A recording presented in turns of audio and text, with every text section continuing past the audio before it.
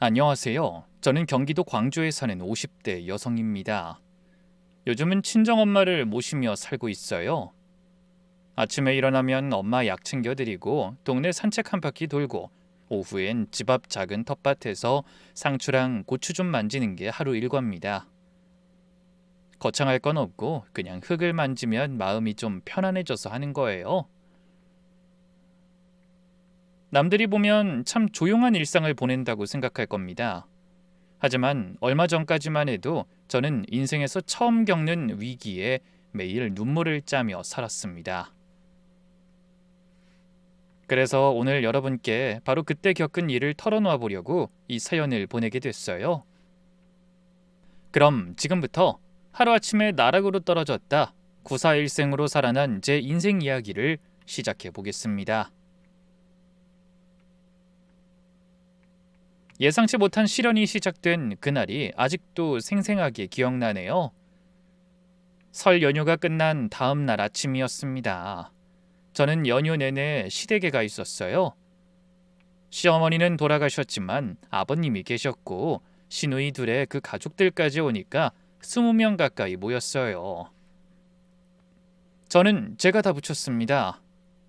동태전, 깻잎전, 호박전, 고기 완자까지요. 기름 앞에 서너 시간을 있으면 온몸에 기름 냄새가 배죠. 머리카락에서도 손톱 밑에서도 기름 냄새가 납니다. 아무리 씻어도 한 이틀은 가는 것 같더라고요. 차례상도 거의 저 혼자 차렸어요. 신우들이 안 돕는 건 아닌데 솔직히 말씀드리면 옆에서 과일 좀 깎고 나물 좀 무치는 정도지 큰 틀은 다 제 손을 거쳐야 했습니다. 설 당일에는 막내 신우가 부엌에 들어와 이러더라고요. 언니, 올해도 고생이 많네. 빨리 와서 돕고 싶은데 나도 며느리라 이해해줘요. 그래서 저는 웃으며 대답했습니다. 괜찮아요. 거의 다 했으니까 접시만 좀 날라줘요. 제 말에 신우가 접시 두세 개를 들고 나가더니 다시 돌아오지 않고 거실에서 조카들이랑 TV를 보고 있더군요. 아가씨도 시댁에서 일하고 왔으니 친정에서는 쉬고 싶겠지. 그렇게 이해하려고 했습니다. 하지만 정작 저는 차례 모시고 시댁 식구들 챙기느라 친정에 가지 못했어요. 늘 명절이 끝난 뒤에 뒤늦게야 혼자 찾아갔죠. 그래도 그러려니 했습니다. 30년 동안 늘 그랬으니까요.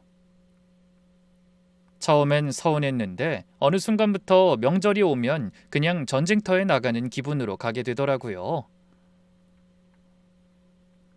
그래도 그런 제 공을 아시는지 시아버지가 이러신 적은 있답니다. 우리 며느리가 없으면 이 집구석이 돌아가질 않는다니까. 아휴, 요즘 세상에 미선이만큼 성실한 며느리도 없다. 너 마누라한테 잘해.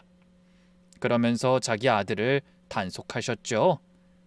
하지만 옆에 앉은 남편은 그 말씀을 들었는지 못 들었는지 아무 말도 없더군요. 그냥 볼이 미어터지게 밥만 퍼먹었습니다. 그 와중에 설 당일에는 성묘까지 다녀왔어요. 경기도 외곽에 있는 선산인데 산길이 가팔라서 올라가는 것만 해도 다리가 후들거릴 지경이었죠. 내려와서 또 점심 차리고 설거지하고 저녁에 다시 상 펴고 치우고 그렇게 나흘 연휴를 다 보내고 집에 돌아온 게 밤 11시쯤이었습니다. 현관문을 열고 들어서는데 다리에 힘이 풀려서 그대로 주저앉고 싶더라고요. 하지만 남편은 저를 거들떠보지도 않고 먼저 씻고 침대로 들어가 버렸죠. 차에서 내릴 때 제가 짐을 내리고 있는데 남편은 빈손으로 먼저 올라가더라고요. 뒤따라가면서 혼잣말로 그랬어요. 고생했다, 수고했다 그 한마디가 그렇게 어려운가? 하지만 남편은 못 들은 척 아무 대답도 없었습니다. 그러더니 제가 짐 정리한 뒤 샤워를 마치고 들어오니 벌써 코를 드르렁거리며 자고 있더군요. 하지만 그날 밤 저는 온몸이 쑤셔서 잠도 제대로 못 잤어요. 어깨랑 허리가 특히 심했고 손목도 부어 있었죠. 파스를 붙이고 누웠는데도 욱신거려서 새벽 서너 시까지 계속 뒤척였습니다.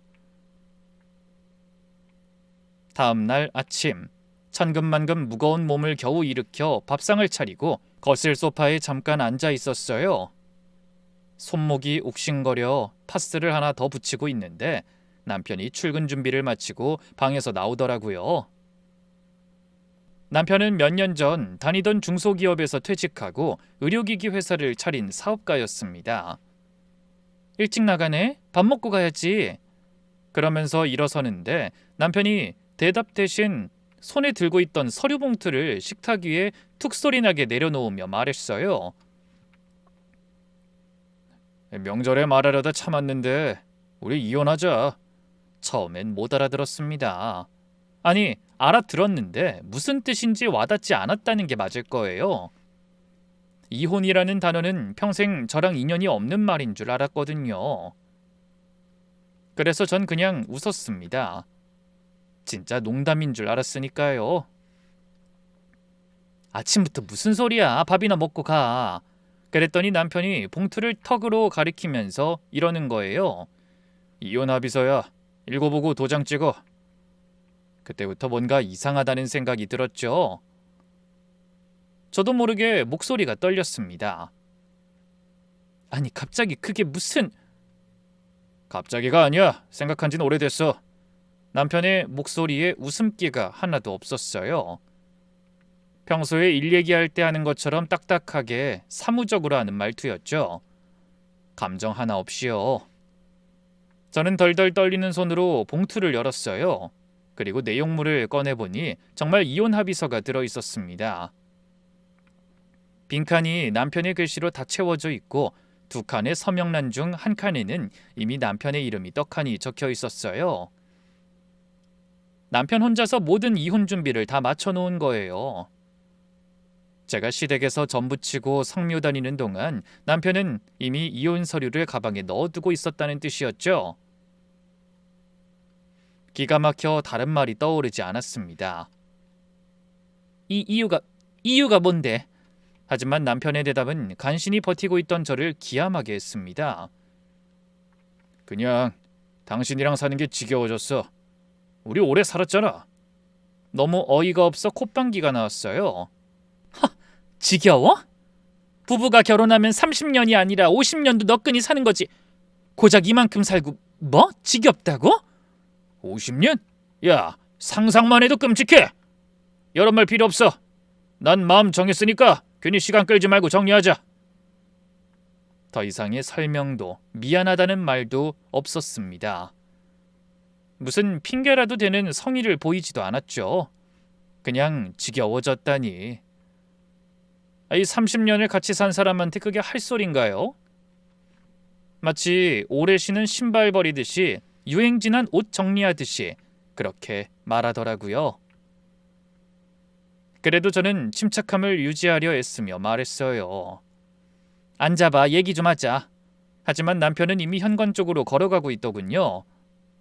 난 할 얘기 없으니까 합의서나 읽어봐. 일주일 주면 되지. 그러면서 뒤도 안 돌아본 채 구두를 신었어요. 곧이어 문 닫히는 소리가 나더니 복도에서 발소리가 멀어지는 게 들렸습니다. 하지만 저는 아직 그대로 소파에 앉아 있었어요. 한 손에는 이혼 합의서, 다른 손에는 붙이다만 파스를 들고요. 그 모습으로 한참을 앉아 있다 시계 보니 11시가 넘었더라고요. 2시간 넘게 얼음처럼 굳어 있었던 거예요.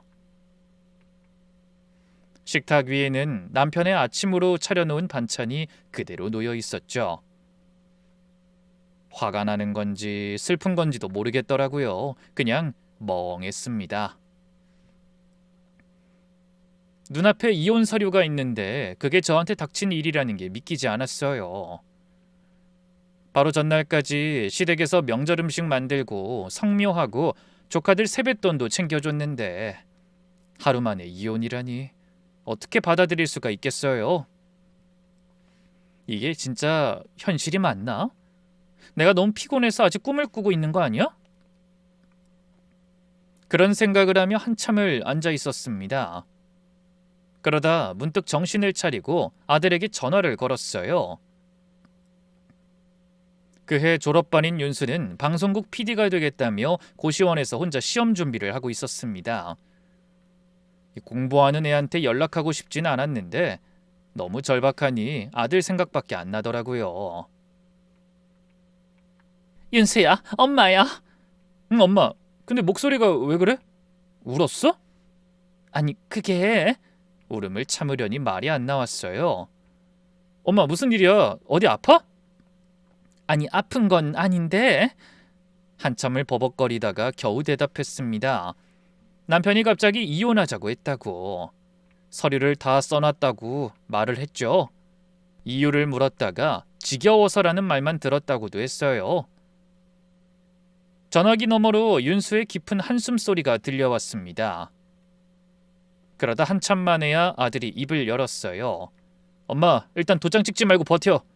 뭐? 절대 이혼하지 말라고. 어떻게 된 건지 내가 먼저 알아볼게. 알아보긴 뭘 알아봐. 지겹다고 이혼하자는데. 아빠가 갑자기 이러는 게 말이 안 되잖아. 뭔가 이유가 있을 거야. 내가 알아볼 테니까 엄마는 아무것도 하지 마. 나만 믿고 기다리라고. 응? 그 한마디에 제가 얼마나 안심이 됐는지 모르실 거예요. 남편한테 버림받는 것 같은 기분이었는데 아들이 자기를 믿으라고 하니 그제야 한 줄기 빛이 비치는 기분이 들더라고요. 그래서 이렇게 다짐했어요. 그래, 윤수가 있잖아. 내 아들 믿고 버텨보자.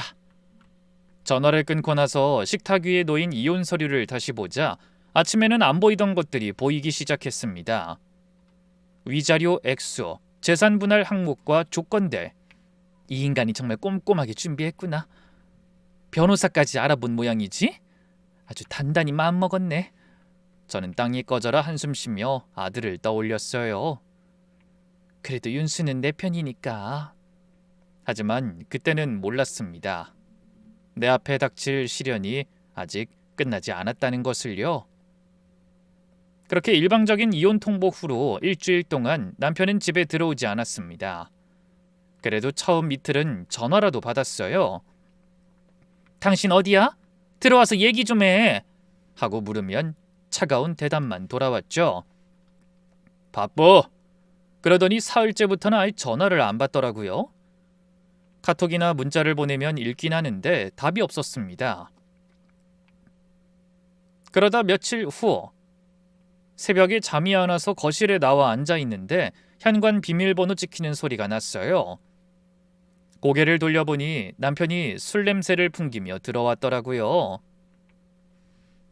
넥타이는 풀려 있고 셔츠 깃은 구겨진 채로 저를 보더니 대뜸 소리쳤습니다. 야, 너 도장 찍었어? 나만 보면 그 이혼 타령이야?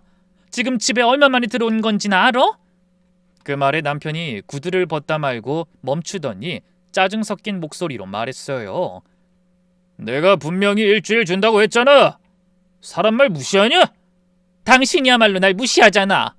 일방적으로 이런 법이 어딨어. 난 절대 이혼 안 해. 아휴, 하여튼 답답하긴. 네가 아무리 용을 써도 소용없다고 했잖아. 괜히 질질 끌어서 서로 기운 빼지 말고 빨리 해치우자니까. 해치우다니. 30년 결혼 생활을 남편은 그런 식으로 표현했습니다. 그 말의 발끈에 제가 더욱 이혼 못한다는 뜻을 확고히 하자 남편이 더는 대화할 생각이 없다는 듯 방으로 들어가 버리더군요. 그리고 다음 날 아침 제가 눈을 떴을 때는 이미 출근한 후였습니다. 그런데 며칠 뒤 남편이 갑자기 전화를 해와 또 뜻밖의 말을 전하며 저를 놀라게 했죠. 장모님한테 빌린 돈 갚았다. 뜬금없는 소식이었어요. 사실 몇 년 전에 남편이 다니던 중소기업에서 정리해고를 당하고 앞이 캄캄하던 시절이 있었습니다. 퇴직금은 집 사느라 미리 땡겼었고 재취업은 안 되고 나이는 50이 넘었고요. 남편은 풀이 죽어 매일 거실 소파에 앉아서 천장만 보고 있었죠. 그러다 갑자기 사업을 해보고 싶다고 하더군요. 의료기 제조업체에 다니던 경험을 살려 의료기기 유통업을 시작해보겠다고 하더라고요. 동종업계 종사 경험도 있고 인맥도 있으니 해볼 만하다고 자신감을 보였어요. 하지만 문제는 돈이었습니다. 초기 자본금이 필요한데 직장이 없으니 은행 대출은 신용이 안 되고 손 벌릴 사람도 없는 상황이었죠. 그때 남편이 저한테 이러더라고요. 다른 데 다 알아봤는데 안 되네. 그 장모님한테 부탁 좀 할 수 없을까? 지난번에 통화하는 거 들으니까 장모님이 적금 타신 것도 있고 현금 꽤 있으신 것 같던데. 그 말 듣고 얼마나 고민했는지 몰라요. 저희 친정엄마는 시장에서 30년 넘게 생선 장사를 하신 분이에요. 새벽에 수산시장에 나가서 생선 떼어다가 하루 종일 좌판에 앉아 파신 거죠. 겨울에는 손이 갈라져서 피가 나도 고무장갑 끼고 칼질을 하셨어요. 그렇게 평생 한 푼 두 푼 모은 돈이 2억이었습니다. 그게 엄마의 전 재산이었어요. 노후 자금이자 병원비이고 마지막 보루 같은 돈이었죠. 그런 엄마한테 차마 말을 못 꺼내고 일주일을 끙끙대다가 결국 친정에 갔습니다. 엄마가 혼자 밥상에 반찬 두어 가지 놓고 저녁을 드시고 계시다 저를 반기셨어요. 아이고 미선아, 연락도 없이 웬일이야. 밥은 먹었어? 응, 먹었어. 먹긴 뭘 먹었겠어요. 종일 입맛이 없어서 물만 마셨는걸요. 저는 엄마 맞은편에 앉아서도 쉽게 입이 떨어지지 않아 한참을 뜸들이다가 겨우 말을 꺼냈습니다. 엄마, 사실은 부탁할 게 있어서 왔어. 엄마가 숟가락을 내려놓고 저를 바라봤어요. 뭔데? 애아빠가 사업을 하려는데 돈이 좀 필요해서. 말끝을 흐렸어요. 차마 더는 말을 못하겠더라고요. 그런 저를 보며 엄마가 먼저 물으셨습니다. 돈? 얼마나 필요한데? 뭐 많을수록 좋겠지만 가능한 정도만. 제가 쩔쩔매자 엄마가 아무 말 없이 한참을 바라보다 눈시울을 붉히며 말씀하셨어요. 얼굴 가득 딸을 안타까워하는 기색이 역력했죠. 그 눈빛이 아직도 잊히질 않네요. 네가 오죽하면 어밀 찾아왔겠어. 나한테 있는 거 2억이 전부인 건 알지? 저는 손등으로 눈물을 닦으며 말없이 고개를 끄덕였습니다. 그래, 그걸로 해결이 된다면 당연히 줘야지. 내일 날 밝으면 당장 찾아다 주마. 그 한마디에 저는 눈물을 주룩주룩 흘리며 말했습니다. 엄마, 정말 고맙고 너무 미안해. 그 일만 잘 되면 꼭 갚을게. 고마워요, 정말. 엄마는 고개를 끄덕이면서 제 손을 꽉 잡으셨어요. 생선 비늘 긁다가 생긴 흉터가 손등에 줄줄이 나 있는 거친 손이었죠. 미선아, 우리 딸 사는 건 괜찮은 거지? 돈은 돈이고 사람이 잘해줘야 할 텐데. 하지만 그때는 경황이 없어 그 말의 뜻을 깊이 생각하지 못했어요.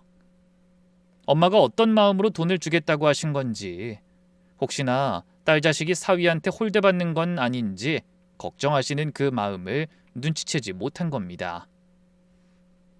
그런데 다음 날 엄마가 돈을 건네기 전에 집으로 찾아와 사위를 향해 한 가지 조건을 걸겠다고 하셨어요. 바로 차용증을 쓰라는 거였죠. 남편은 좀 당황한 표정이었습니다. 아니 장모님, 가족끼리 무슨 차용증까지... 설마 제가 장모님 돈 떼먹을까 봐 그러세요? 그 물음에 엄마는 평소에 인자한 모습과는 다르게 단호한 말투로 대답하셨죠. 그래도 돈거래는 그렇게 하는 거야. 특히 부모 자식 간엔 증여 문제가 나올 수 있어서 형식적으로라도 꼭 서류를 남겨야 해. 사업하겠다는 사람이 그런 것도 모르면 쓰겠나? 그 말씀을 가만히 곱씹어보던 남편이 얼른 볼펜을 찾으며 말했습니다. 역시 장사하시던 분이 다르긴 다르시네요. 오늘 장모님께 한 수 배웠어요. 감사합니다. 그렇게 웃으며 흔쾌히 차용증을 썼죠. 엄마는 남편이 쓴 서류를 꼼꼼히 확인한 뒤 돈을 건네주셨습니다. 오랜 세월 시장통에서 장사하는 사람을 많이 보아오셔서 그런지 돈 문제에서는 철저하셨어요. 그렇게 엄마에게 2억이라는 큰 도움을 받은 남편은 의료기기 유통업을 시작했고 사업은 승승장구했습니다. 그리고 몇 년 만에 성공 궤도에 올라 직원도 늘리고 사무실도 넓혔죠. 그때만 해도 남편의 성공이 저의 성공이라고 여기며 한시름 놓았습니다. 그런데 성공하자마자 이혼을 통보한 남편이 갑자기 그때 빌린 엄마의 돈을 갚았다고 하는 겁니다. 아주 당당한 목소리로 자랑스럽게 말하더라고요. 그 돈 다 갚고 차용증 찾아왔어. 이제 너희 모녀한테 빚은 없는 거야. 말투가 버릇없어 괘씸했지만 일단 마음은 놓였습니다. 엄마의 전 재산이 돌아왔으니까요. 그런데 남편이 그 뒤에 덧붙인 말이 제 가슴에 대못을 박더라고요. 이제 돈 갚았으니까 깔끔하게 꺼져라. 기가 막혀 순간적으로 말문이 막혔습니다. 남편은 마치 거래가 끝났으니 볼 일도 없다는 듯 저를 남보다 못하게 대했어요. 마치 지금까지 그 빚 때문에 저와 이혼하지 않고 버틴 사람처럼요. 저는 우라통이 터져 전화기에 대고 마구 소리쳤습니다. 당신 이제 성공했다고 그때 얼마나 절박했는지 그 마음은 새까맣게 잊은 거야? 갑자기 실직해서 앞길이 막막할 때 우리 엄마가 평생 모은 전 재산 내놓은 거야. 30년 넘게 생선 팔아서 모은 그 돈이 당신한텐 그냥 갚으면 끝인 빚일 뿐이었어? 계산기 두드리듯이 갚으면 그만인 거냐고. 하지만 제 말을 들은 남편은 잔뜩 짜증을 낸 뒤 전화를 끊었습니다. 뭐라는 거야? 돈을 갚아도 난리냐? 어이가 없네. 잔소리 집어치우고 이제 너랑 나랑 진짜 남은 거 없으니까 당장 도장이나 찍고 연락해. 전화는 끊어졌지만 저는 한참을 그 자리에 서 있었어요. 전화기를 잡은 손이 덜덜 떨렸습니다. 분한 건지 서러운 건지 허탈한 건지 온갖 감정이 다 뒤섞여서 뭐가 뭔지 모르겠더라고요. 그래도 일단 엄마한테 확인은 해야겠다 싶어서 전화를 걸었어요. 엄마, 애아빠가 돈 갚았다는데 받았어? 어? 응, 받았어. 근데 그게 뭔가 찜찜하게 말끝을 흐리시더군요. 그게 뭐? 아니야, 맞겠지. 받았어. 좀 이상했지만 엄마가 그맘때 기억이 가끔 오락가락하시는 걸 알고 있었기에 그러려니 했습니다. 병원에서 검사를 받았는데 아주 경증의 치매 초기라 약 먹으면서 관리하라고 했거든요. 그래서 엄마가 말끝을 흐리시는 것도 좀 헷갈리시는 것도 그냥 치매 증상이려니 하고 넘기고 있었습니다. 그런 엄마가 혼자 지내시는 게 걱정됐지만 병원에서도 초기엔 얼마든지 독립적인 생활이 가능하다고 해서 지켜보던 참이었죠. 그런데 엄마의 빚을 갚고 나자 남편은 보란듯이 이혼을 더욱 종용했어요. 돈도 다 갚았으니 거리낄 게 없다는 듯 대놓고 밀어붙이기 시작한 겁니다. 도장 안 찍고 버틸수록 위자료 줄일 거야. 지금 조건이 제일 좋은 거라고. 멍청하게 버티지 말고 어차피 헤어질 거 한 푼이라도 더 건져. 매일 같은 말의 반복이었어요. 하루는 전화로, 하루는 문자로. 어떤 날은 아예 집에 들어와서 식탁에 앉더니 이혼 서류를 탁 펼쳐놓고 도장 찍으라고 윽박질렀죠. 마치 맡겨놓은 돈 달라는 사람 같았습니다. 그러더니 정말 치졸한 방법까지 쓰더라고요. 하루는 마트에 장을 보러 가서 장바구니에 두부, 파, 달걀, 고등어 이런 걸 담아서 계산대로 갔어요. 그런데 갑자기 카드 사용이 안 되는 겁니다. 마트 직원이 난감한 표정으로 이런 말을 하더군요. 고객님, 이 카드는 정지됐다고 나오는데. 저는 깜짝 놀라 얼굴을 붉히며 물었어요. 네? 정지요? 그럴 리가. 어제까지도 멀쩡히 잘 쓰던 건데. 혹시 다른 카드 없으세요? 제 뒤에 줄 선 사람들이 목을 길게 빼고 쳐다봤습니다. 아줌마 하나가 짜증을 부리며 혀를 차는 소리도 들렸죠. 저는 얼굴이 시뻘겋게 달아올라 마트 직원과 다른 손님들에게 연신 사과했어요. 죄송합니다. 정말 죄송합니다. 그러면서 장바구니를 내려놓고 마트를 뛰쳐나왔습니다. 얼굴이 불덩이처럼 뜨거워지고 눈물이 핑 돌았어요. 큰 길까지 거의 뛰다시피 나와서 남편한테 전화했죠. 카드가 정지됐어. 마트에서 계산을 못했다고. 혹시 당신이 그런 거야? 하지만 남편은 아무렇지 않은 목소리로 대답했어요. 당연하지. 이제 서로 남남이 되는 건데 왜 네가 계속 내 카드를 써? 도장 찍으면 위자료 줄 테니까 이제 그걸로 살아. 그렇게 전화가 끊겼어요. 저는 핸드폰을 손에 쥔 채로 부들부들 떨며 집으로 돌아왔습니다. 그 카드는 생활비 용도로 10년 가까이 써오던 남편 명의의 카드였어요. 30년 동안 밥하고 빨래하고 아이 키우는 동안 제 이름으로 된 카드 하나가 없었거든요.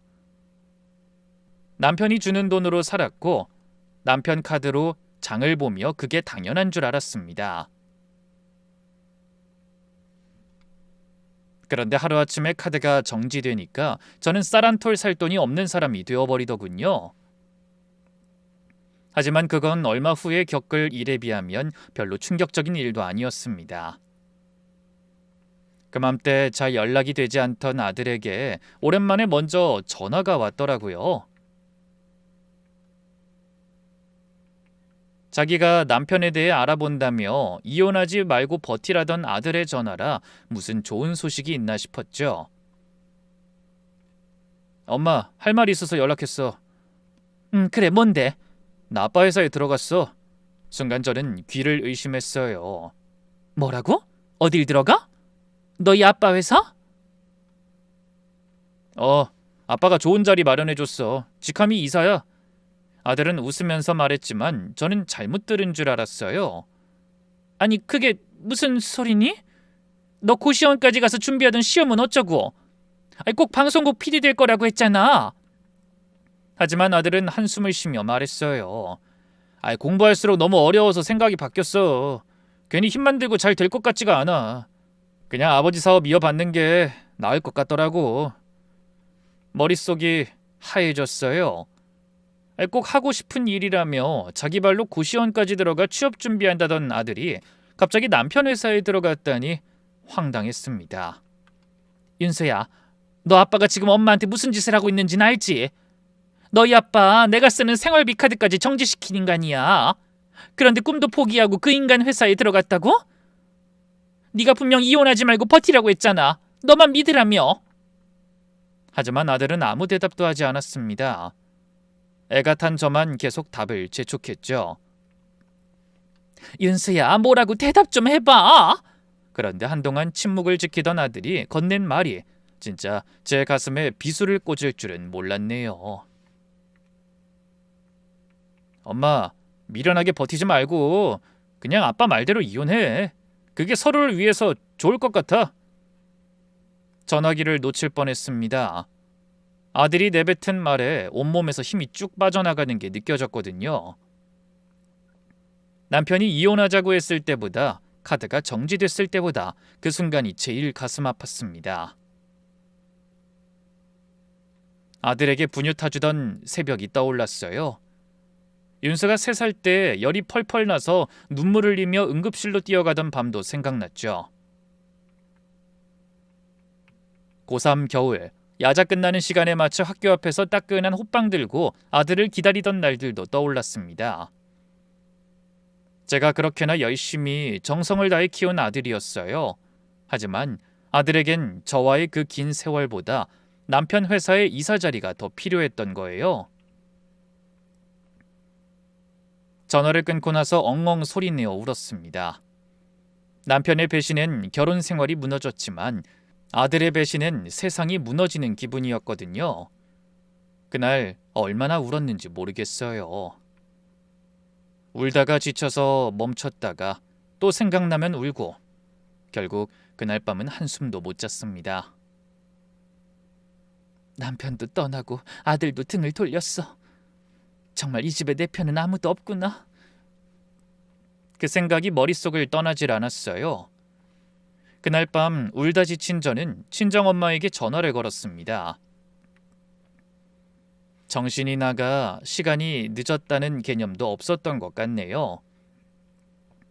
그냥 엄마 목소리가 듣고 싶다는 생각뿐이었어요. 엄마, 나야. 미선아, 이 밤에 무슨 일이야? 어디가 아파? 아니야. 그냥 엄마 목소리 듣고 싶어서. 목소리가 왜 그래? 울었구나. 아닌데? 하지만 엄마는 다 알고 계셨어요. 치매 초기라 가끔 이것저것 헷갈리시는데 이상하게 그런 건 귀신같이 하시더라고요. 딸이 울먹인다는 걸 단번에 알아채신 거죠. 결국 저는 울먹이며 그간 숨겨왔던 모든 비밀을 다 쏟아냈습니다. 남편이 이혼하라고 압박하고 카드도 끊었다고요. 그런데 하나뿐인 아들마저 자기 아빠 편을 들었다고 말이죠.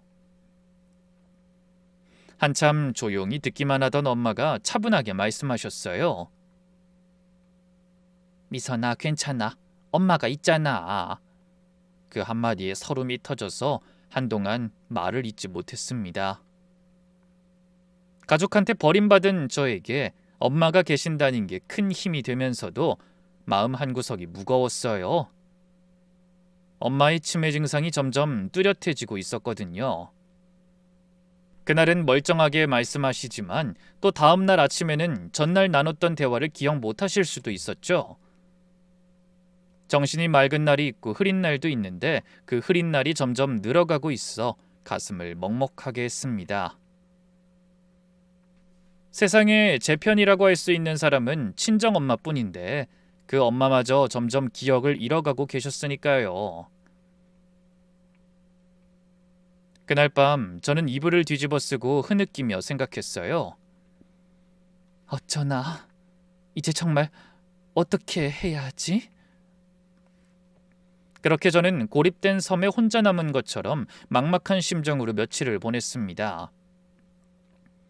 아무도 없는 집에 있으면 사방이 조용한데 그 조용함이 무섭더라고요.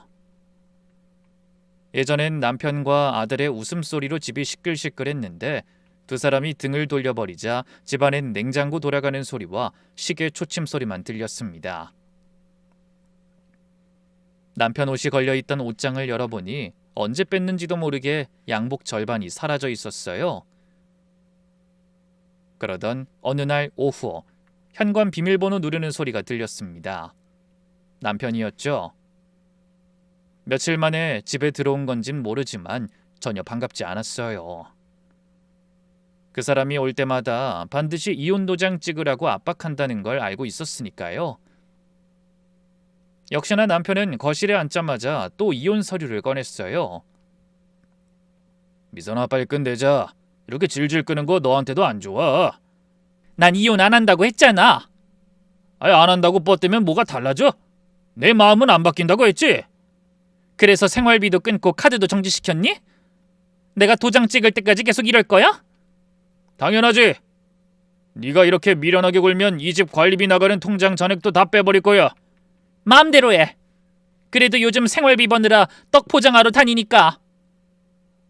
당신 없으면 내가 굶어 죽을 줄 알았어? 제 말을 들은 남편이 허공에 대고 한참을 웃더니 조롱하듯 말했습니다. 떡? 야, 그거 잘해봐야 최저시급도 안 나올 것 같은데 그런 푼돈 받아서 이 집 전기세만 내기도 빠듯할걸. 나이 먹어서 고생하지 말고 그냥 깔끔하게 도장 찍고 위자료랑 재산 분할 받아서 사람답게 살라니까. 윤수 보기 창피하지도 않냐? 윤수 얘기하지 마. 착한 애 꼬드겨서 돌아서기 한 거 당신이잖아. 꼬드기긴 뭘 꼬드겨? 윤수가 애냐? 걔도 엄연한 어른이야. 자기가 판단한 거지. 윤수가 보기에도 우리가 갈라서는 게 맞으니까 그런 거잖아. 얼마나 의미 없이 사는 것 같으면 아들이 그런 말을 하냐? 그 말을 들으니 말문이 막히더라고요. 아들이 직접 이혼하라고 한 건 사실이니까요. 아들까지 남편 편에 선 이상 전 정말 홀로 낭떠러지에 버티고 있는 거나 다름없었습니다. 남편이 대놓고 협박하듯이 말했어요. 이번 주 안에 결정하는 게 좋을 거야. 안 그럼 위자료만 낮아질 테니까. 그 뒤로도 남편의 압박은 계속됐습니다. 하루는 전화로, 하루는 집에 와서 같은 말만 반복했어요. 빨리 정리하자고. 시간 끌면 저만 손해라고. 어르고 달래다 안 되면 소리치고 윽박질렀죠. 저는 더 이상 버틸 기력이 남아있지 않았습니다. 아들이 돌아선 게 결정적이었어요. 너무 지치고 힘들어 다 그만두고 그만 편해지고 싶다는 생각뿐이었습니다. 그래서 결국 백기를 들고 말았네요. 남편이 제안한 대로 위자료 5천만 원과 재산 분할로 가족이 함께 살던 아파트를 받는 조건으로 이혼에 합의했습니다. 제 사정을 아는 친구들은 회사에 대한 지분도 요구하라고 했지만 솔직히 그때의 저에게는 변호사를 선임할 돈도 없고 싸울 힘도 남아있지 않았습니다. 그래, 아파트라도 받으면 어떻게든 살 수 있겠지.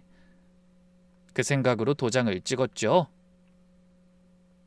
남편은 좋아 죽겠다는 얼굴로 법정에서 만난 저에게 웃으며 말했습니다. 잘 생각했어. 그동안 놀고 먹었으면서 서울 34평 아파트 건졌으면 미치는 장사는 아니지. 황당했습니다. 30년을 한결같이 가족을 위해 살고 시댁 식구들을 챙겼는데 놀고 먹었다니요.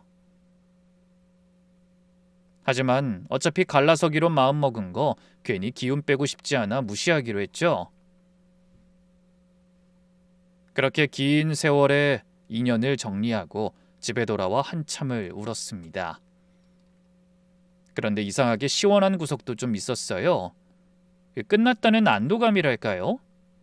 그동안 어찌나 시달림을 당했는지 이제 이혼하자는 소리를 더는 안 들어도 된다고 생각하니 후련하더라고요. 하지만 그런 기분은 일주일을 못 갔습니다. 남편과 모든 이혼 절차를 끝낸 지 5째 되는 날이었어요. 아침에 초인종이 울려 문을 열었더니 이삿짐센터 직원 2명이 서 있었습니다. 아직 짐이 그대로네? 짐 언제 빼시는 거예요? 네? 짐을 빼다뇨? 저는 영문을 모르겠어서 되물었어요. 아니, 오늘 이삿날이잖아요. 네? 무슨 이사요? 여긴 제 집이에요. 그 말에 직원이 고개를 갸우뚱하더니 이삿짐 계약서가 적힌 서류를 보여주며 말했습니다. 이 주소 맞죠? 이사 계약 완료됐고 오늘이 이삿날인데요. 머리가 하얘져서 남편한테 전화했어요. 아파트에 이삿짐이 들어온대. 이게 다 무슨 일이야? 이 집 나한테 주기로 했잖아. 남편이 전화기 너머로 태연하게 대답했어요. 시세가 좋을 때라 팔았어. 아파트 값은 현금으로 줄 테니까 그냥 나가. 그게 무슨 소리야? 분명히 집을 준다고 합의한 거잖아. 갑자기 말도 없이 이러면 난 당장 어쩌란 말이야. 그 집 어차피 내가 벌어서 내 명의로 산 집이잖아. 집으로 주면 어떻고 팔아서 현금으로 주면 어때? 네가 언제 돈 한 푼 벌어본 적 있어? 어디서 짜증이야? 그러더니 귀찮다는 듯 전화를 끊어버렸고 당연히 집을 넘겨받는 걸로 생각했던 저는 앞이 캄캄해졌습니다. 나중에 알고 보니 제가 이혼에 합의할 땐 계획에 없던 지하철 공사 발표가 나며 갑자기 집값이 오르자 남편이 집을 팔아버린 거예요. 그리고 저한테는 오르기 전에 집값만 계산해서 주고 나머지 수익은 자기가 가지려는 속셈이었던 거죠. 끊어진 전화기를 손에 들고 망연자실한 저를 이삿짐센터 직원이 난감한 표정으로 바라보고 있었어요. 저는 현관 바닥에 주저앉아서 한동안 일어나지 못했습니다. 그날 저는 이삿짐센터 직원에게 부탁해 급하게 보관 이사를 부탁하고 여행 가방 하나에 옷가지랑 중요한 소지품만 쑤셔 넣은 뒤 집을 나왔어요. 결혼 생활의 반 이상을 살았던 집에서 전 그렇게 쫓기듯 나와야 했습니다. 아들을 위해 새벽마다 도시락 쌌던 부엌, 남편 와이셔츠 다림질하던 안방, 그곳을 여행 가방 하나 끌고 떠났습니다. 엘리베이터 문이 닫힐 때 뒤를 돌아봤는데 복도 끝에 낯익은 현관문이 보이더라고요. 이제 저 문의 비밀번호는 바뀌겠구나. 그 생각을 하니 또다시 눈물이 솟았습니다. 당장 갈 곳은 한 군데밖에 없어 친정엄마의 집으로 갔죠. 제가 갑자기 가방 하나 들고 찾아가자 당연히 엄마가 깜짝 놀라셨어요. 미선아, 이게 무슨 일이야? 엄마? 저는 더 이상 말을 못하고 울기만 했는데 엄마는 가방과 퉁퉁 부은 제 눈만 보시고 상황을 금방 아신 것 같더군요. 그러더니 더는 묻지 않고 딱 한마디 하셨어요. 어서 들어와. 그날 밤 저는 친정엄마 옆에 나란히 누워서 그때까지 겪었던 일을 전부 쏟아냈어요. 남편이 이혼하자고 한 것부터 아들이 돌아선 것, 아파트를 말도 없이 팔아버린 것까지요. 하나하나 꺼낼 때마다 목이 메었고 엄마는 조용히 제 손등을 쓸어주셨죠. 그런데 얘기 중간중간 엄마의 눈빛이 흐려진다 싶더니 같은 말을 반복하셨어요. 근데 넌 갑자기 무슨 일로 온 거야? 연락도 없이? 그간 이혼 문제로 엄마한테 신경을 못 쓴 사이 치매 증상이 심해졌더라고요. 그것도 모르고 엄마를 혼자 놔뒀다니 가슴이 덜컥 내려앉는 기분이었습니다. 이혼이라는 아픔에 친정엄마에 대한 죄책감과 안타까움이 겹쳐 무거운 한숨으로 얼룩진 밤을 보내야 했죠. 제가 아무리 울면서 억울함을 토해내도 그 이야기의 절반은 엄마 기억에 남지 않을 것 같았습니다. 하지만 그땐 몰랐어요. 다 잊어버린 줄만 알았던 제 이야기가 사실은 엄마 마음속 어딘가에 한 글자도 빠짐없이 새겨지고 있었다는 걸요. 바로 다음 날 아무도 예상하지 못한 일이 벌어졌거든요. 몇 시간 후 눈을 떴는데 옆에 엄마가 안 계셨어요. 엄마 자리를 더듬어 보니 이불이 차가웠습니다. 한참 전에 자리를 뜨신 것 같더라고요. 부엌에도 안 계시고 화장실도 비어 있었어요. 갑자기 덜컥 겁이 났습니다. 정신도 온전치 않은 분이 아침부터 어디로 가신 건지 뭔가 불길한 예감이 들었죠. 떨리는 마음으로 전화를 걸었습니다. 다행히 전화는 받으시더라고요. 엄마 어디야? 아침부터 어딜 간 거야? 근데 엄마는 너무나 또렷한 음성으로 단호하게 말씀하셨어요. 나 큰엄 만나러 가고 있어. 누굴 만나러 간다고? 김창호, 그 못된 인간 회사에 가고 있다고. 저는 깜짝 놀라 소리쳤습니다. 엄마 그게 무슨 소리야? 지금 어딘데? 뭐 택시 탄 거야? 미선아, 엄마 다 기억나. 어젯밤에 네가 한 얘기, 그 인간이 한 짓들 전부 다. 이대로 그냥 당할 순 없지. 저는 전화를 붙잡은 채 현관으로 뛰쳐나갔어요. 계단을 급하게 내려가면서 전화기에 대고 소리쳤죠. 엄마 제발 거기서 기다려. 내가 갈게. 하지만 엄마는 전화를 끊었어요. 전 곧바로 택시를 잡아 타고 남편 회사 주소를 불렀습니다. 택시 안에서 계속 엄마한테 전화했지만 받지 않으셨어요. 손이 떨려서 핸드폰을 2번이나 떨어뜨렸습니다. 머릿속으로 온갖 생각이 스치더군요. 엄마가 갑자기 또 정신이 없어지면 무슨 일이 일어날지 모른다는 생각에 등골이 오싹했어요. 치매라 해도 상태가 매일 같은 게 아니에요. 어떤 날은 금방 한 일도 헷갈리시다가 어떤 날은 아주 또렷하게 말씀하시거든요. 지난밤은 흐린 날이었지만 그날 새벽에는 온전한 정신이 돌아온 겁니다. 그래서 딸이 울면서 한 이야기가 흐릿한 기억 사이로 하나둘 떠올랐겠죠. 사위에게 쫓겨났다는 것, 손주가 등을 돌렸다는 것, 그게 새벽녘에 한꺼번에 떠오르셨을 거예요. 이런저런 생각을 하며 애태우는 사이 택시가 남편 회사 건물 앞에 도착했어요. 얼른 돈을 내고 뛰어내려 걸어가다 정문 앞에서 발이 멈췄습니다. 엄마가 그곳에 서 계셨거든요. 칠순이 훌쩍 넘은 자그마한 할머니가 회사 정문 앞에 홀로 서 계셨어요. 손에는 매직으로 굵직하게 쓴 글씨가 적힌 커다란 종이를 들고요. 날강도 파렴치한 김창호를 고발한다. 그렇게 적어서 1인 시위를 하고 계시더라고요. 출근하는 직원들이 흘깃흘깃 쳐다보고 경비원이 어쩔 줄 몰라하며 서성이고 있었죠.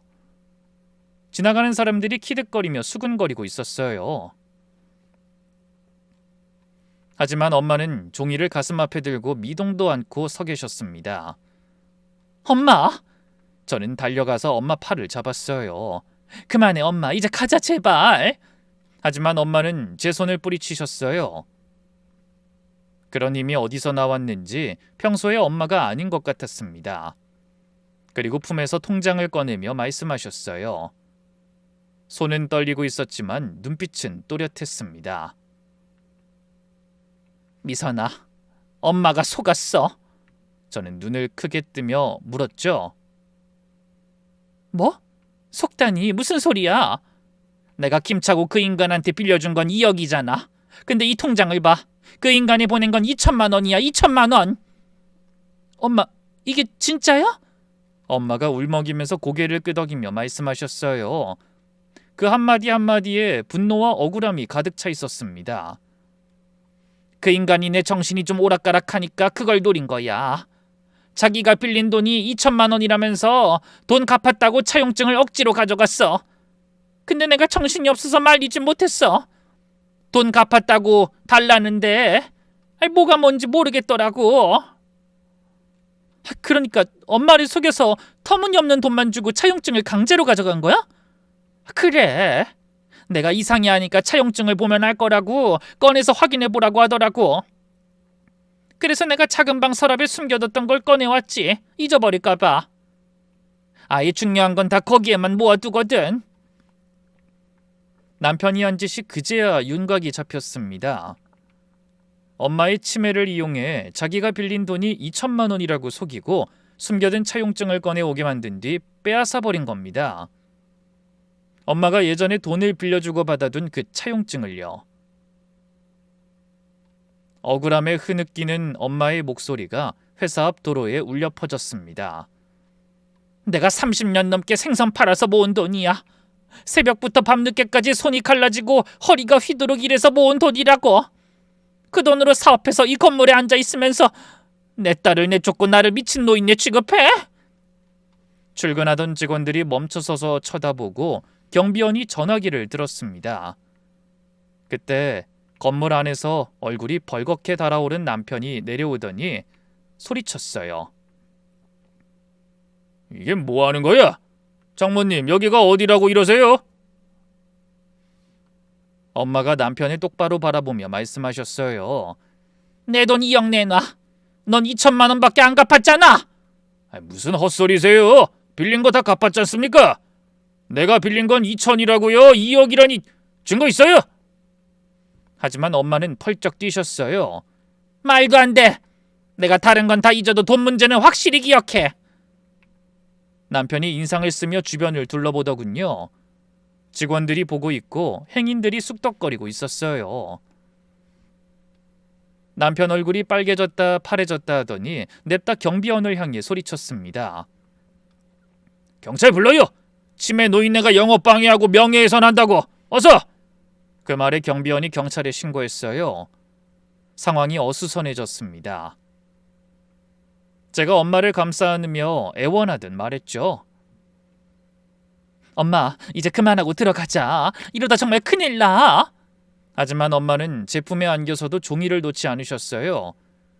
얼마 후 정말 경찰차가 도착했고 경찰 2명이 내려서 상황을 파악하기 시작했습니다. 남편이 경찰을 향해 억울해 죽겠다는 듯 하소연했어요. 치매 걸린 전 장모가 찾아와서 행패를 부리고 있어요. 회사 업무에 지장을 주고 있으니 빨리 데려가 주세요. 경찰이 엄마를 보더니 물었습니다. 어르신, 일단 좀 진정하시고요. 무슨 일이신지 말씀해 주시겠어요? 엄마가 떨리는 목소리로 말씀하셨어요. 이 사람이 내 돈 2억을 빌려갔어요. 근데 2천만 원만 갚고는 다 갚았다고 거짓말하고 있어요. 내 딸까지 내쫓았어요. 엄마의 두서없는 말이 이어지자 남편이 끼어들었습니다. 이분이 치매가 있어서 기억을 못하시는 거예요. 전 분명히 다 갚았습니다. 저렇게 정신 오락가락하는 분한테 물어도 소용없다고요. 지금 치매 치료 중인 분이에요. 의료기록 확인해 보시라고요. 그 말을 들은 경찰이 난감한 표정을 지었어요. 한쪽은 치매 환자가 헛소리한다고 하고 한쪽은 다 갚았다 하고요. 누구 말이 맞는지 현장에서 판단할 수는 없는 상황이었죠. 그래서 경찰이 이런 말을 꺼냈어요. 일단 이 상황은 마무리해야 하니 세 분 서로 같이 가시죠. 거기서 좀 더 상황 파악을. 그런데 그 순간 로비 안에서 익숙한 걸음으로 걸어 나오는 사람이 보였어요. 바로 제 아들 윤수였죠. 넥타이를 맨 정장 차림, 남편 회사에 이사라던 그 모습 그대로였습니다. 저는 당연히 아들이 자기 아버지 편에 서서 저를 공격할 거라고 생각했어요. 그런데 뜻밖의 일이 일어났습니다. 아들이 남편 쪽이 아닌 저와 엄마 쪽으로 걸어와 경찰관을 향해 말했어요. 잠깐만요. 그러더니 주머니에서 서류 한 장을 꺼내더군요. 차용증이었습니다. 금 2억 원이라는 금액이 남편의 필체로 정확하게 적혀 있고 하단에 법무사 공증 도장까지 찍혀 있었습니다. 엄마가 어느새 공증까지 받아두셨더라고요. 남편의 얼굴이 대번에 굳었어요. 이게 웬 너한테 있어? 윤수가 자기 아버지를 똑바로 바라보며 말했죠. 그날 아빠가 나한테 태워버리라고 한 거 제가 안 버리고 가지고 있었어요. 순간 주변이 조용해졌어요. 경찰도 구경하던 직원들도 행인들도 멈춰서 윤수를 봤습니다. 남편이 엄마의 치매를 이용해 차용증을 빼돌리고 아들 윤수에게 태워버리라고 시킨 거죠. 하지만 윤수는 태운 척하고 그걸 간직하고 있었던 거예요. 윤수는 도끼를 품고 자기 아버지와 경찰을 번갈아 바라보며 물었습니다. 여기 차용증에 있듯이 김창호 씨가 빌린 돈은 2억이 확실한데 갚은 돈은 2천만 원뿐입니다. 송금 기록 확인해 보세요. 그러자 갑자기 남편이 태도를 바꿔 말도 안 되는 소리를 둘러대기 시작했습니다. 그래, 빌린 건 2억인데 내가 2천은 송금하고 나머진 현금으로 갖다 드렸다고. 장모님이 기억을 못 하시는 거야. 장모님, 저 분명히 2억 드렸어요. 그것도 까먹으신 거예요? 하지만 경찰은 눈을 가늘게 뜨고 물었죠. 선생님, 아까는 분명히 2천만 원 빌렸다고 하신 것 같은데요. 아니, 제가 다른 사람하고 헷갈렸습니다. 2억 빌리고 전부 갚았어요. 확실합니다. 그럼 그 2억을 출금하신 은행 기록은 있겠네요. 조사하면 다 나올 테니 기다려 보시죠. 그 말에 남편의 얼굴이 사색이 되었습니다. 그때 윤수가 주머니에서 무언가 한 가지를 더 꺼냈어요. 여러 장의 사진이었습니다. 그걸 들여다본 저는 기겁했네요. 남편이 어떤 여자와 함께 찍힌 사진들이었어요.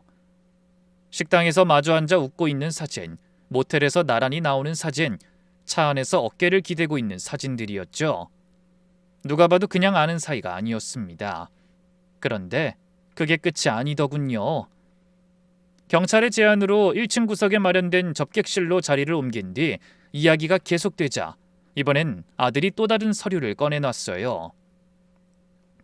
남편이 법인카드로 여자에게 명품 옷과 구두, 가방을 사준 내역, 회사 공금으로 여자 이름의 오피스텔을 매입한 영수증과 계약서 사진들이 쏟아져 나왔습니다. 그 사진들을 보자 저는 온몸에 힘이 빠지는 걸 느꼈어요. 남편에게 다른 여자가 있어서 그렇게 급하게 이혼을 밀어붙였다는 걸 알게 된 겁니다. 단순히 지겨워서가 아니라 다른 여자가 생겼던 거죠. 윤수가 이를 갈며 자기 아버지를 향해 말했어요. 아빠가 갑자기 이혼하자고 했을 때 이유가 있을 거라고 생각했어요. 그래서 그걸 알아보려고 회사에 들어간 거예요. 생각지도 못한 아들의 말에 남편이 소리치듯 물었습니다. 뭐? 엄마한테 이혼하라고 한 것도 어차피 이렇게 변해버린 아빠랑은 미래가 없다고 판단해서 그런 거예요. 저 PD 시험 포기 안 했어요. 전 고개를 돌려 아들을 바라봤어요. 아들은 절 배신한 게 아니라 처음부터 쭉 제 편이었던 거예요. 저는 짐작조차 못했던 일이었습니다. 아니, 그곳에 있던 어느 한 사람도 예상하지 못한 일이었죠. 자기 아들을 굳게 믿었던 남편은 충격에 할 말을 잃은 듯 멍하니 있다가 허옇게 질린 얼굴로 태워버린 줄로만 알았던 차용증과 사진들을 번갈아 바라봤어요. 차용증이 그대로 남아있고 내연녀와의 관계를 밝히는 증거에 회사 공금 횡령 증거까지. 자기가 아들한테 맡겼던 것들이 전부 부메랑이 되어 돌아온 겁니다.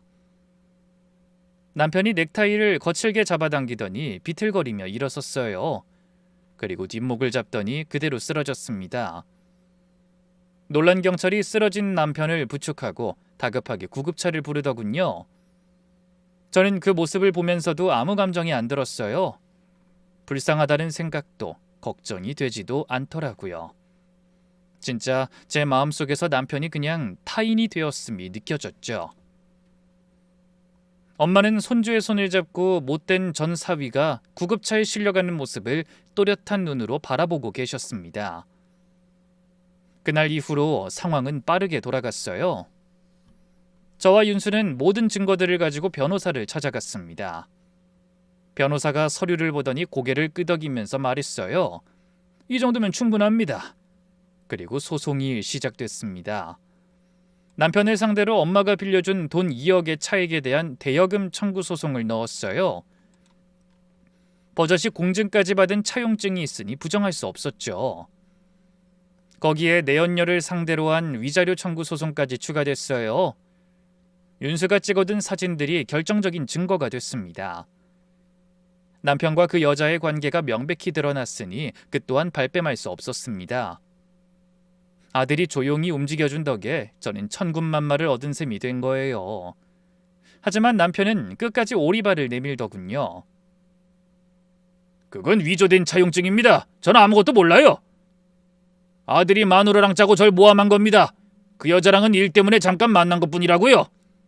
온갖 핑계를 댔지만 쏟아지는 증거 앞에 재판은 당연히 저에게 유리하게 흘러갔습니다. 그러자 위기에 몰린 남편이 마지막으로 발악했어요. 엄마한테 빌린 2억의 이자까지 합치고 집한 돈이라며 8억을 제 통장에 넣으면서 합의를 부탁한 거죠. 여보, 이러지 말고 합의하자. 8억이면 충분하잖아. 원래 재산 분할하면 당신 몫은 절반이지만 훨씬 더 보낸 거야. 그러니 우리 좋게 좋게 마무리하자. 부탁이야. 그 사람 입에서 부탁이라는 말이 나오는 걸 참 오랜만에 듣는 것 같았어요. 사업이 성공하자 그렇게 어깨에 힘을 주고 잘난 척하더니 자기가 궁지에 몰리니까 부탁하더라고요. 하지만 그 사이 횡령건에 대한 경찰 수사가 시작되자 상황은 더 심각해졌습니다. 법인 카드 내역, 회사 돈으로 오피스텔을 매입한 계약서, 이중장부, 비리가 속속 드러났어요. 결국 남편은 횡령 혐의로 구속됐습니다. 회사 직원이었던 내연녀도 공범으로 함께 잡혀 들어갔고요. 남편이 징역형을 받자 당연히 회사는 폐업 수순을 밟게 됐습니다.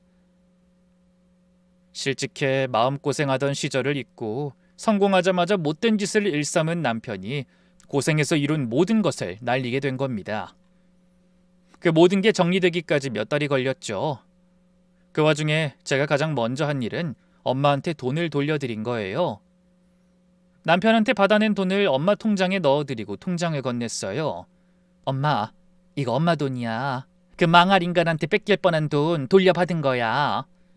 엄마가 통장을 받아들고 한참을 들여다보시더니 고개를 갸우뚱하며 물으셨죠. 아니 미선아, 이게 뭔 돈이야? 이거 엄마가 평생 모은 돈이야. 그러니까 이제 아무도 주지 마. 아유 그래? 그런데 엄마가 고개를 끄덕이시다가 갑자기 제 손을 꽉 잡으며 말씀하셨어요. 근데 미선아, 엄마가 돈을 왜 모았는지 알아? 우리 딸 힘들 때 쓰라고 모은 거야. 그러니까 이건 네 거야. 정신이 흐린 날에도 딸에 대한 사랑만은 여전하신 것 같아 코끝이 찡해지더군요. 돈이 얼마인지 누가 빌려갔는지 그런 건 가끔 잊어버리셔도 그 돈을 왜 모았는지 그건 잊지 않으셨어요. 전 그런 엄마 손을 잡고 한참을 울었습니다. 그런 일이 있고 얼마 후 저는 남편에게서 받은 돈과 상간녀 소송 위자료를 합쳐 위치 좋은 상가를 하나 마련했어요. 거기서 매달 나오는 임대료로 나름 편안한 일상을 보내고 있죠. 엄청나게 큰 금액은 아니지만 엄마와 저 둘이 먹고 살기엔 충분한 돈이거든요. 그리고 지금은 친정에서 엄마의 곁을 지키며 함께 생활하고 있습니다. 윤수는 다시 고시원으로 돌아가 PD 시험 준비를 시작했어요. 그러면서도 시간 날 때마다 저와 엄마를 보러 오죠. 그런 아들이 얼마 전 반가운 소식을 전했습니다. 엄마, 나 이번에 서류 전형 통과했어. 이제 면접만 잘 보면 돼. 그래서 저는 요즘 매일 밤 엄마와 손을 잡고 아들의 합격을 기원하고 있네요. 부디 여러분도 현명하고 기특한 저희 아들이 꿈을 이룰 수 있도록 함께 응원해 주시겠어요? 그럼 사연에 함께 해주신 모든 분의 행복과 무탈을 기원하며 저는 이만 인사드리겠습니다. 모두 건강하세요.